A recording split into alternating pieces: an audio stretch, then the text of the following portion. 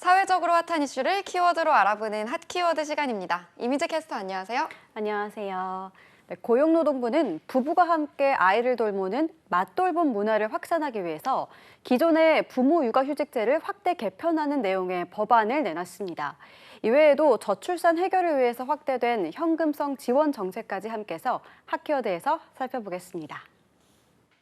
저출생, 우리 모두 공감하고 있는 문제인데요. 정부도 적극적으로 나서면서 새로운 대책이 많이 나오고 있는데요. 네, 맞습니다. 우선 가장 눈여겨볼 대책은 아빠와 엄마가 함께 어린 자녀를 돌볼 수 있는 여건을 만들기 위해서 정부가 6+6 부모 육아휴직제를 도입에 나선 겁니다. 내년부터 부모가 함께 육아휴직을 할 때 처음 6개월 동안 부모가 각각 통상 임금의 100%를 육아휴직 급여를 받을 수 있게 하는 건데요. 이렇게 되면 동반 육아휴직 첫 달에는 400만 원, 6개월 차이든 최대 900만 원까지 받을 수 있게 됩니다. 육아휴직을 사용하더라도 소득이 줄지 않게 되면 부모들이 좀 더 마음 놓고 자녀를 돌볼 수 있겠어요? 네, 맞습니다. 지난해 도입된 3+3 부모 육아휴직제는 생후 12개월 내에 자녀를 돌보기 위해서 부모가 동시에 또는 차례로 육아휴직을 하면 첫 3개월간 부모 각자에게 통상임금의 100%죠. 월 200만 원에서 300만 원 상한으로 지급해 왔는데요. 일단 기존보다 소득이 줄기 때문에 부모들로서는 고민이 클 수밖에 없었습니다. 그래서 정부에서 이번에 더 마음 놓고 육아휴직을 사용할 수 있도록 제도 확대에 나선 겁니다.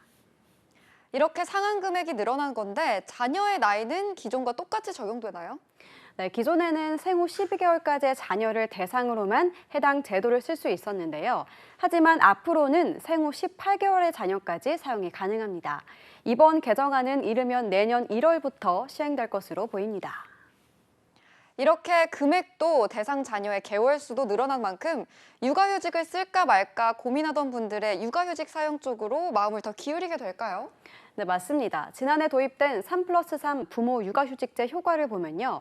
맞돌봄을 택하면 정부가 소득도 보전해주자 남성 육아휴직자 비율은 2019년 21.2%에서 지난해 28.9% 수준까지 높아졌는데요.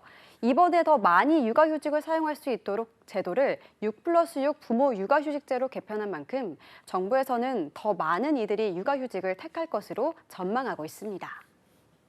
그렇다면 이 외에 또 눈여겨볼 만한 저출산 대책에는 어떤 게 있을까요? 네, 현재 2세 미만의 아동에게 지급되는 부모급여가 내년부터는 조금 더 오릅니다. 현재 0세 아동에게 매달 70만 원씩 지급되는 부모급여는 100만 원으로 30만 원 오르고요.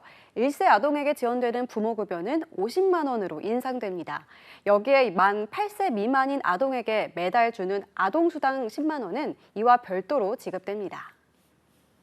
그런데 지금 앞서 짚어본 제도들도 그렇고요. 단순히 양육 비용을 덜어주는 것만으로 저출산 문제를 해결할 수 있을까요?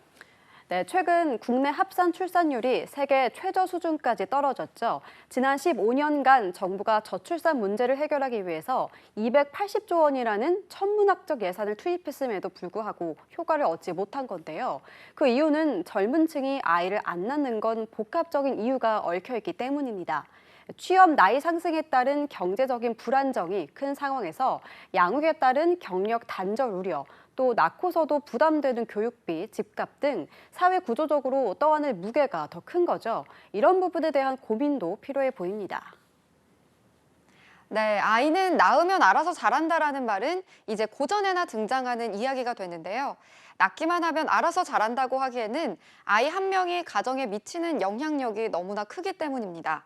그런 만큼 단기적인 현금성 대책도 필요하지만 장기적인 구조적 문제 해결을 위한 방안도 절실해 보입니다. 지금까지 핫키워드 이민재 캐스터였습니다. 고맙습니다.